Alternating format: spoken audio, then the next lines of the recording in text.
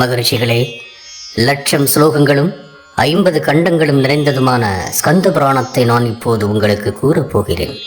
அப்புராணத்தில் வேதத்திற்கு இணையான சங்கர சம்ஹிதை விவரிக்கப்பட்டுள்ளது. 30,000 ஸ்லோகங்களால் விவரிக்கப்பட்டிருக்கின்றன.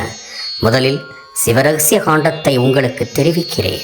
இந்த காண்டம் 13,000 ஸ்லோகங்களும் 7 காண்டங்களும் கொண்டது.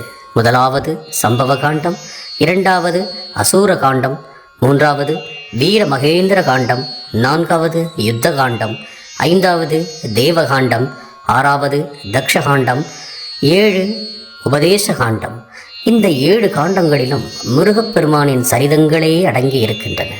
முதல் காண்டமாகிய சம்பவ காண்டத்தில் கதிர்வேலனின் வீர தீர பராக்கிரமங்களை பற்றி வியாச முனிவர் வெகு தெளிவாக காட்டியிருக்கிறார். இந்த புண்ணிய புராணம் தேவர்களின் மனக்கவலையை நீக்கி அறியாமையையும் அகற்றும் தன்மை வாய்ந்தது. வீரத்தை வெறித்துரைக்கும் வேலவனின் இந்த புராணம் செவிகளுக்கு தேன்போல் இனிமையூட்டும். இந்த புராணத்தை நாள்தோறும் நம்பிக்கையோடும் பக்தி பெருக்கோடும் போற்றி வரும் அன்பர்கள் பசு, பத்தினி, உறவினர், புத்திரன் ஆகிய அனைவரோடும் ஆனந்தமயமான வாழ்க்கையை நடத்தி வருவார்கள்.